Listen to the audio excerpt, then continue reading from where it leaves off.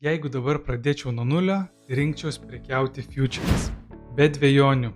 Ir ne dėl to, kad tai nauja, kad tai hype, bet dėl to, kad tai skaidriausia rinka.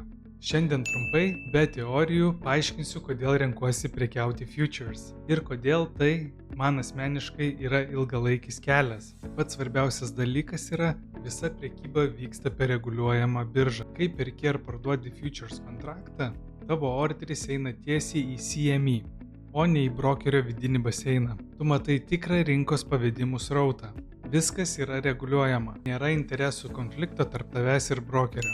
Ir kai supranti šitą struktūrą, supranti, kodėl tiek daug profesionalų būtent prekiauja futures. Kas man labiausiai patinka, kad futures leidžia matyti, kas vyksta rinkoje iš vidaus. Tu gali naudotis depth of market, matai gyvus pirkimo pardavimo orderius, footprint chartuose tu matai, kur vyko agresyvus pirkimas, pardavimas ar absorption. Ir bookmap, grafinis vaizdas, kur gali matyti laukiantį likvidumą. Kai šitus įrankius sujungi, pradedi nespėlioti, o skaityti rinką kaip knygą. Ir čia jau nebe apie indikatorius, čia apie realius sprendimus pagrįstus duomenimis. Daugelis galvoja, futures reikia tūkstančių.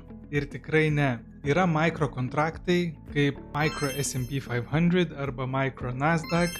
Jie veikia lygiai taip pat, tik su mažesnė rizika ir reikalavimu kapitalui. Tai reiškia, gali pradėti mokytis realioje rinkoje su profesionaliais įrankiais, bet neprisimti milžiniškos rizikos. Ir geriausia dalis – nebūtina turėti net savo kapitalo. Futures rinkoje yra daug prop firmų, kurios leidžia tau prekiauti jų kapitalu, jeigu laikaisi taisyklių. Tai reiškia, jeigu moki valdyti riziką ir turi veikiančią sistemą. Tau atsidaro duris prie kapitalo ir nereikia rizikuoti savais tūkstančiais. Apie tai padarysiu atskirą video, palyginsiu geriausias prop firmas, jų taisyklės ir payout struktūrą. Tai va, čia ir yra mano pasirinkimas. Futures man reiškia skaidrumą, realų duomenų pagrindą, kontrolę ir galimybę augti per prop firmas. Ir jeigu tu galvoji apie tai rimtai, futures gali būti labai stipri kryptis. Prekyba ne sprintas, o ilgalaikis žaidimas. Jeigu nori eiti kartu, subscribe ir parašyk, kas tau šiuo metu didžiausias iššūkis rinkoje.